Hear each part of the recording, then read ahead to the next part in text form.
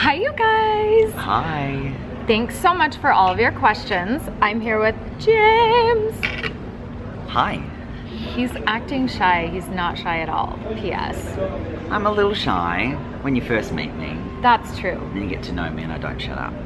That's a good We'll point. get there. We will get there. In fact, I'm gonna scoot this a little closer so we make sure we can. They just turned up the music. Okay. They were really good questions. Thanks for sending them in. Yes, they were. So we're gonna get right into it. Melasma. Yes, melasma. It's an epidemic. Several people asked about melasma, and it was basically, how do I combat it? How do I get rid of it? Keep it at bay, what have you. Someone also referred to it as the pregnancy mask, which a lot of people do. So I was going to say before that in Australia, over 50% of our clientele have some form of melasma. I don't quite know how it would go here because I haven't seen many skins, but are we allowed to say that you have it? I definitely have it, unfortunately. Laura has it, and there's so much misinformation out there about it, and if there's one thing that I can talk to you guys about is that, you know, melasma is a condition that once you have it, it will literally be there forever, and there is no one out there that I know about that can say that they will get rid of your melasma forever, and if they do, that's probably a little bit of a red flag to in terms of whether or not they're the right people for you. Melasma is a condition that you can certainly manage, and that's the best thing that you'll be able to do, because melasma can really flare up, and if you guys have it, you would know that things like sun exposure and stress and times of the month and so hormones also. Yeah, and certain medications can be the difference between it looking bad and looking good. And when it's looking good, it's generally in the cooler months, and when you're managing it really well with in-clinic treatments and home care.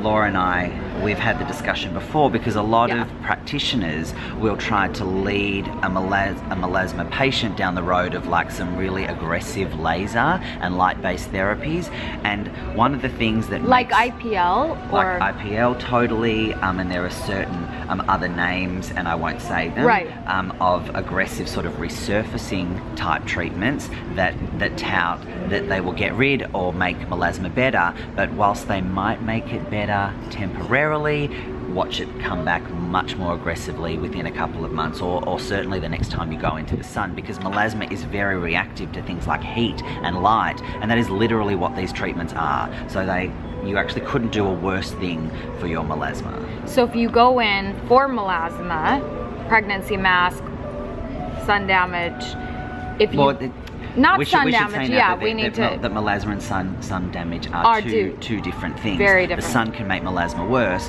but there were a few questions about sunspots, and we can talk about that in a second. We'll get back to sunspots. So melasma only, if you do go in to get something done, it can actually be, you're making it a whole lot worse. Yeah. So, and I think that, you know, give the concept of melasma another few years, and a lot more people than just me and my colleagues will be saying that yes, this does make it worse. It's just going to take a while for it to catch on. And there's no quick fix. There's no quick fix, and as I said before, it will never ever go. And one of the things that people get surprised about all the time about melasma is that the reason you have it is because of the contraceptive pill, and that's also not a side effect that is discussed with women when doctors or other practitioners will put you on a contraceptive pill, because obviously no one's ever putting you on a pill for pigmentation reasons. It's for, you know, birth control, and it's for acne, and it's for mood regulation, all those sorts of things. But it's important that people probably should be told that you have a high potential that you will get this sort of discoloration on your skin. So now that we know kind of what things that you shouldn't do, like certain treatments that they say will be helpful for that, what do you think is the best way to manage it, since you can't ever get rid of it and it will continually flare up? Like, what do you think is like the best ways to manage? The best things that you can do, because probably the number one protagonist for melasma is the sun, the best thing you can do is wear sun protection, and it's not about a single application of a morning. It is about regular reapplication throughout the day, because any even very, very good sunscreen is going to only last for a couple of hours. So it's about regular application, particularly pre-sun exposure. So between 11 and 3, that is generally when this, actually I think it's been changed to like 9 and 4 or something like that, when the UV A radiation is at its peak, and it's the UVA radiation that creates the hyperpigmentation in the skin. UVB radiation creates the carcinogenic effects in the skin. But you need to protect yourself when you're the most exposed. Beyond that, it's about all of your depigmentation ingredients. And lots of brands will have either proprietary blends of ingredients, but it's your vitamin C's and your B's and your A's and your licorice root extract. I mean, back in Australia, things like hydroquinone and other lightening ingredients are actually illegal to be sold over the counter, but you guys have we have that. You have that here, so they work well in small concentrations. Regular chemical peeling treatments, certain light-based therapies that induce a bit of heat, but not too much heat, so that it's about this gentle balance of heat to actually diminish the production of pigment without overstimulating it. LED is good because it helps to calm inflammation, and inflammation is another leading cause of melasma. You know what? It is different for every single person, because everybody's melasma is different. It's come about from different reasons, and it's been stimulated from different reasons, and that's why we will always do a very, very thorough consultation with everyone before we even start talking about treatments. And that's what any of you guys should do. You need to not only find someone that you feel comfortable with, but you need to find someone that is going to do what is right for your form of melasma. It's not just smack something on it, let's figure out your skin, what's happening. No, there's not a one-size-fits-all approach at all. Find the right skin therapist, practitioner, esthetician, med spa, nurse practitioner. I'm going to say that you at home management of melasma, it does very, very little. You need to do something more aggressive. Yeah, even if you have the best products and all of that, and the best product is SPF, but if you have the best sort of subsequent products, like we use a product by Skin Medica a lot that's called Latira, Medicate have a product called White Balance Click, Oxyar, that's another good pigment regulator.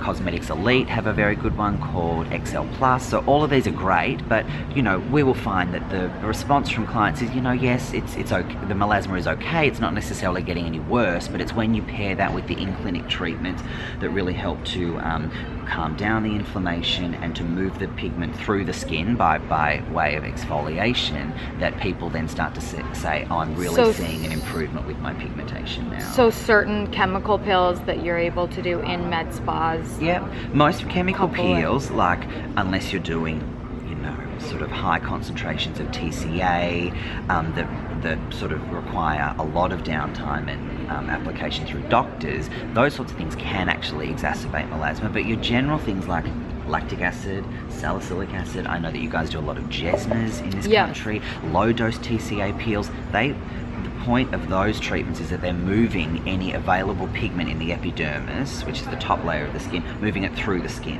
and getting rid of it. And that can make a huge difference, but it's not doing anything to the dermal pigment. That's what will always be there, but it's about kind of masking that. Right. And trying not to stimulate that, which is what a lot of those other treatments that we talked about before can do. It's a tricky one and a tough one. Well, we also say as well, like, if you don't take the reason for it occurring away, then you can't expect it to get any better as well. So when we have people come into us that want to do something about it, but they're still on the contraceptive pill, we need to have sunbathing all day long in the sun. Well, sure, but that's a whole nother problem in itself. But if you guys want to do something to help your melasma, but you're still on the pill, you're really like pushing crap up a hill. And you can, because obviously you're on the contraceptive pill to stop a whole lot of other things happening, and that's probably more important than some skin discoloration. But when you do come off the pill, that's when you'll see the best change within your melasma, for sure. But what you said before, the worst thing you can do is sunbathe, and you can't expect to make any progress with your melasma if your sun habits are Amen shady. No to pun that. intended. That was a good pun though. Ah, I got a few more up my sleeve. good. Okay, we're going I on hope to that the helps. It's like, it's a big problem in Australia, and there's no quick fix. And it's lots of yeah, that, and I it's feel a lot of sorry info, for women but that have to go through it, because for a lot of people it can be very, very upsetting from a physiological point of view and a psychological sure. point of view, but you can make it better, 100%. which is good to know and hear.